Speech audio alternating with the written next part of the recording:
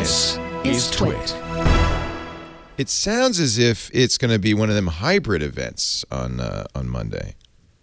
They have thousands. I don't know how many developers ended up inviting, but they did like a second round, and it seemed like a lot of people. There's 2,000 I thought it'd be like seats hundreds of developers. 2,000 seats in the Steve Jobs theater. So, but I think they're going to have more because they're going to doing a whole like. They could have a tent There were outside. rumors. I think. Yeah. No, I think Gruber was suggesting it might be one of the buildings on Tantau that across from the visitor center might be repurposed as a developer center, which would be super interesting because they haven't done anything like that before. That's what Gurman is saying. WWDC in-person attendees granted special access to 4 hills. I'm sorry, you to can tour choose which one to die on. hills. That's Andy Ihnatko, WGBH in Boston. And I thank you so much for being here on Sunday on TWiT. It was great having you, having your voice. Always fun to be able to talk to you on a weekend. Also, Alex Lindsay, officehours.global. Good to see you, Alex. Good to be here. Office Hours will be doing its own coverage. I'll give a plug to the competition, since you probably want to watch that anyway. They'll be doing their own coverage. At the same time. It's not competition. It's not at 10 a.m. on Monday. And then after... It's the same time. Yeah, it's exactly the same. And then in the evening, you're going to do a thing with Rene and Justine and a bunch of other people. Kind of a breakdown? Yeah, well, yeah, and we have a couple developers with us as well, so they hold us to the actual. Is it the more interesting, the State of the Union after the initial keynote? Is that always for developers? It is. Like that's when they talk definitely, about stuff. Yeah. Well, and it's not just that they talk about stuff. The keynote is really publicly facing. Like this is another place that it's developer leaning, but it's definitely aimed at the general public. While the State of the Union is for the developers. Like this is for you to see. It's much more nitty gritty. And much more, and you see a lot of other features that might have been glazed over. Like it's something that they'll mention, like that'll be like a word in a sentence in the keynote will be 15 minutes or 10 minutes in the State of the Union if it's important, and then they dig into it a lot deeper. And then of course the rest of the week is all the other movies that dig into it way deeper. Way deeper. You say movies as opposed to live.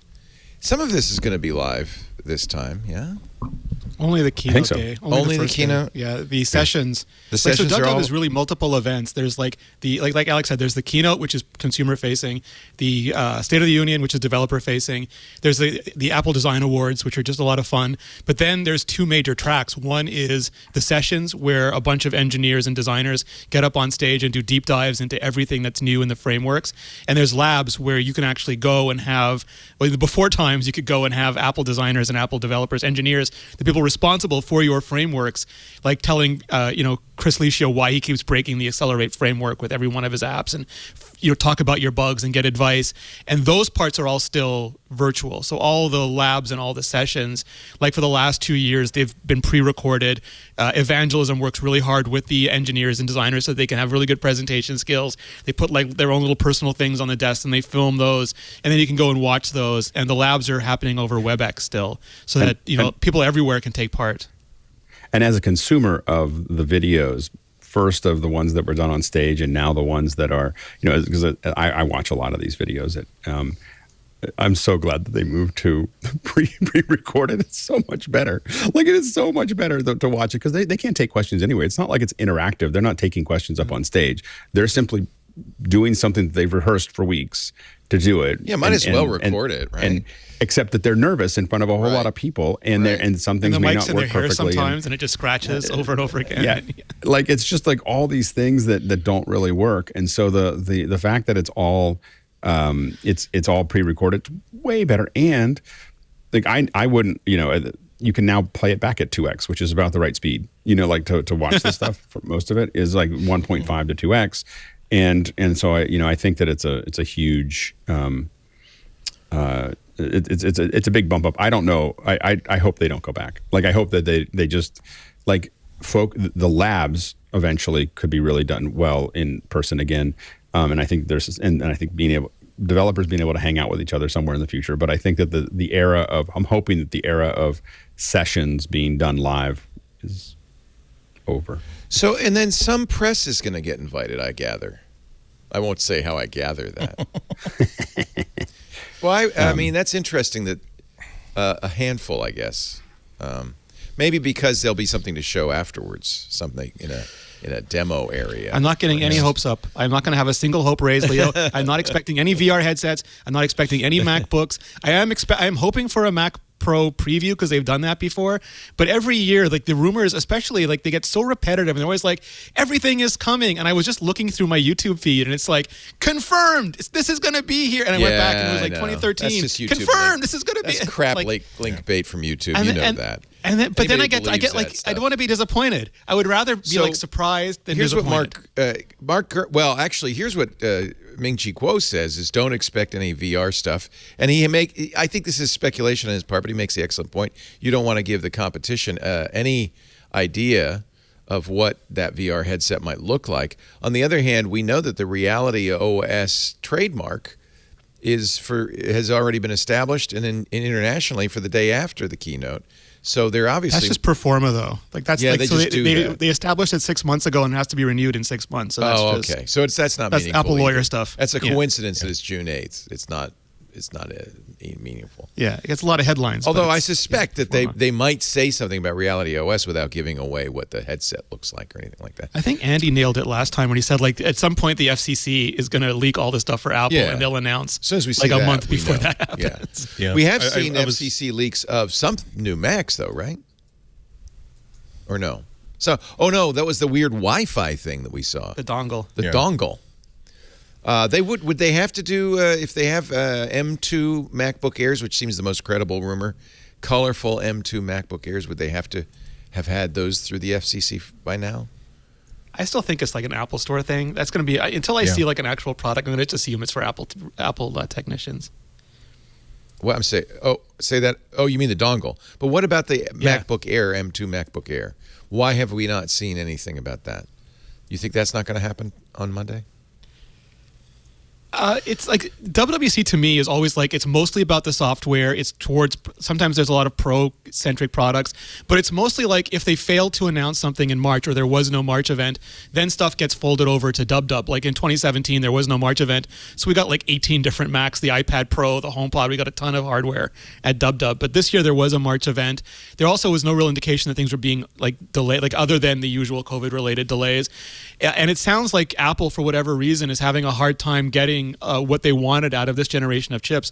Taiwan Semiconductor's 4-nanometer process is really 5-nanometer optimization level 2, and their 3-nanometer process isn't ready on time. So what Apple was hoping for A16 and for M2 is just not going to, or M3 is not going to be there. So things are shifting. They could do it just to have something to announce, like they did, like a HomePod style announcement. I just.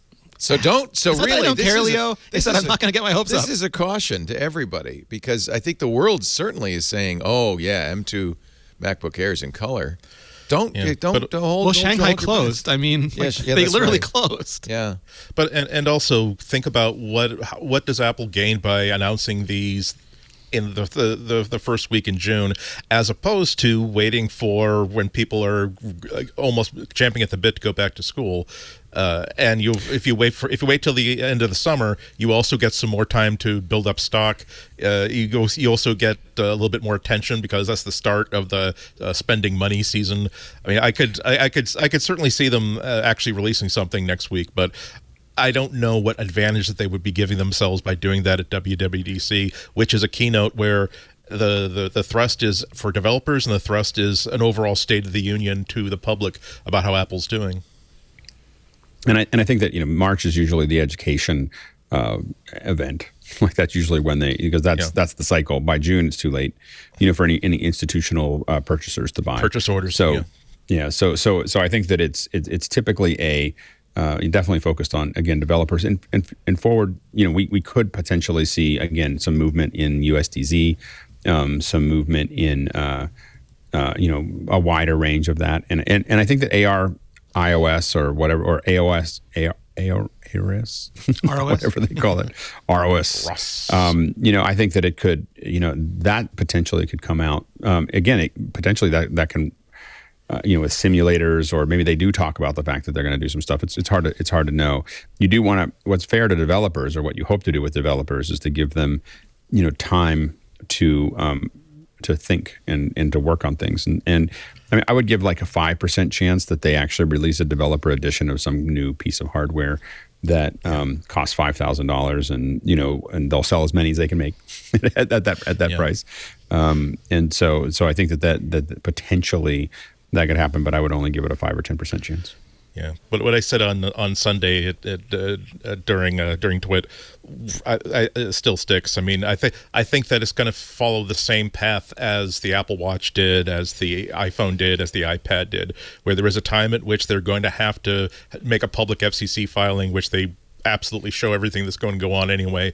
So they're going to choose that week or that date to just show it off and give you the big dog and pony demo, and then say this is going to be releasing they'll show it off in January. They'll be releasing in June, and they'll start seeding developers, selected developers in January, so that during the big event where they actually launch it, they'll have lots of third-party apps to invite on stage to actually demonstrate it with.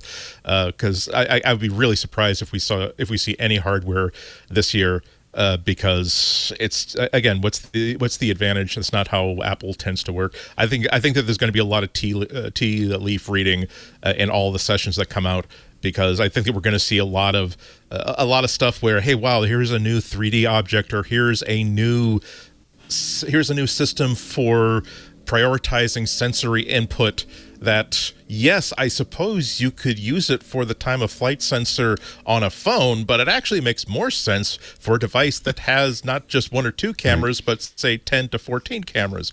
And I think that's where we're going to see big phones. Well, and it'll be interesting to see what kind of updates they do related to the software. I mean, I think that we're seeing Apple. I've been thinking about this in the last couple of weeks, that a lot of the immersive stuff that Apple's doing and everything else really plays into the AR, VR, or XR solutions that they've been doing very slowly. And so it'll be interesting to see, for instance, if we inside of Reality Creator, do we get 3D objects? When I say 3D objects in sound. Where if something's moving around you, Apple's doing the processing, because that's or maybe Dolby's doing the processing that Apple has licensed from Dolby. But Dolby already has a lot of that built in for gameplay.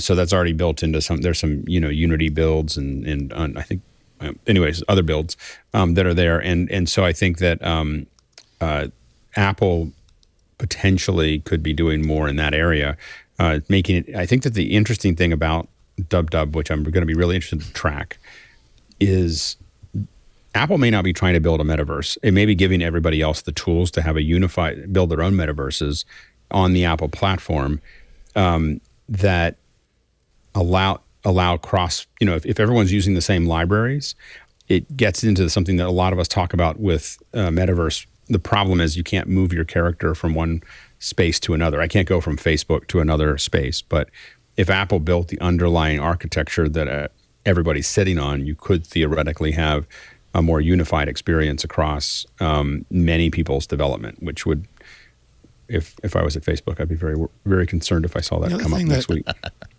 The other thing that occurred to me is that Apple doesn't usually launch platforms at like new product categories at WWDC. Like Andy said, the iPhone and the iPad were both January. The Apple Watch was September.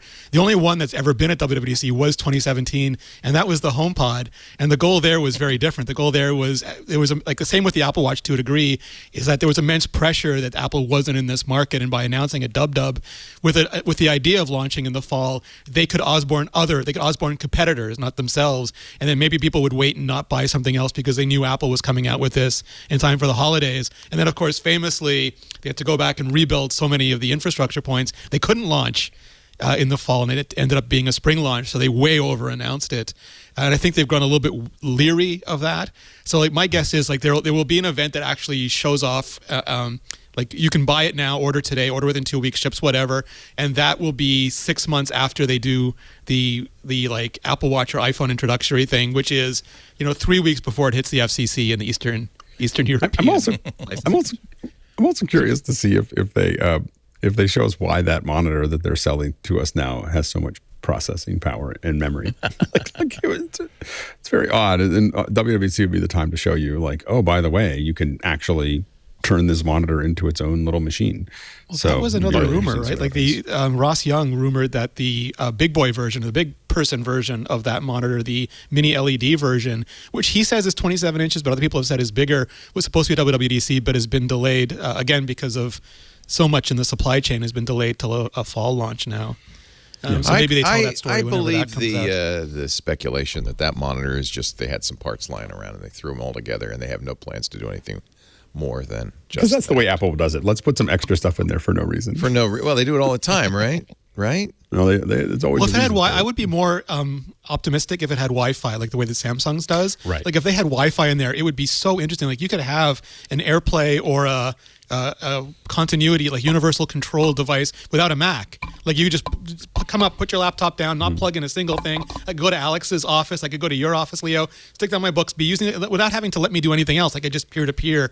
And they just didn't do that, which I don't know if it was an oversight or deliberate or it's coming in a future version, but that would have been a super interesting product to me. This just feels like they needed something to offer iOS-style features in the monitor, and the cheapest way to do that was to slap iPad nothing motherboards in it. I will bet you, Alex Lindsay, this classic one-button mouse that Apple will never turn on any hardware features in that monitor. What you see is what you get, and what do I have to bet? I don't even know what I can bet. Is it an empty bet? What about pairing?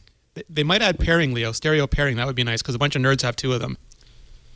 Oh, come on. That's got to be the smallest market ever. And if you have two of these monitors, two of these overpriced monitors. But it's our people, Leo. It's the people who watch this show who want it. They're the ones on Twitter asking They've told us they want pairing. They want stereo pairing because they have two of them. Okay. HomePod can do it. All right. It'll only be fair. So I know, Alex, you could bet that fancy monitor. I don't have the fancy monitor. Oh. Are you waiting to buy it until they give it more features? No, I just it's not a very good monitor. It's not a great monitor. In addition to my iMac and my Wacom tablet, I have 5 monitors here. I don't need it more right now. Like I'm just saturated at the moment. Yeah, saturated with monitors. Yeah, we have a show title. I have still no regrets that I canceled that order, but maybe I will. Maybe I will on Monday. I'm actually thinking at this point I could just skip Monday, and. It sounds like it's not gonna be the most exciting if you're expecting hardware. What could they announce that would make me come in at 10 a.m. on a Monday morning? Event, Leo. You've got to be into iOS. Sorry. Exactly. Lots of updates to iPad OS, I think, would be a really, really big deal. There's been a lot of rumblings about things that Apple is doing to improve the notebook-like performance, the productivity performance of the iPad, and that would just be building strength upon strength. That has been inexplicable to me, is that their software support for iPad's power. I mean, it's an M1. It is a MacBook Air, in effect, right? But that's this whole Steve thing, is that it was designed to be a computer for people for whom even the Mac was too inaccessible, alienating, intimidating, and he didn't he wants you to complain and say the Mac should be better. He doesn't want people to say just make the iPad a Mac. And I think that's slowly what's breaking down. Like there's a rumor from Steve Stratton-Smith that WebKit has been updated to include multi-windowing on its iPad version, which means we might start seeing that. But at what point do they just make it another Mac and it becomes again like another computer that's inaccessible to the massive mainstream majority that it was actually designed for? Well, no, it's the iPad and all iOS devices have always had its unique identity. It as almost like a Chromebook compared to a desktop, meaning that this is the one that is absolutely locked down. This is the one where you can't sideload apps. This is the one where you can't just simply make it do absolutely everything you want it to do. No, you can't have access to the raw file system. No, you can't have a terminal prompt. No, you can't you can't do emulation. You can't build apps in whatever language you want on it. We'll let you do this one thing maybe with Swift, but even there we won't let you do everything on it. But in exchange, we will give you a platform that's a lot more stable. And also, by throwing out stuff that is really, really tough to support at the kernel level, we will be able to make this thing thinner, lighter, more efficient, a lot cooler to run. And also, it will be a damn nice tablet with a damn nice pencil. I mean, Apple. I don't think that Apple is so enamored with their with their industrial design, to think that no, people are spending $1,500 for an iPad because of the design, because it looks so good in the hand. No, it's because that they are convinced that they can deliver $1,500 worth of value, i.e. the identical amount of value to almost any mid-range laptop you can buy from anyone, including Apple.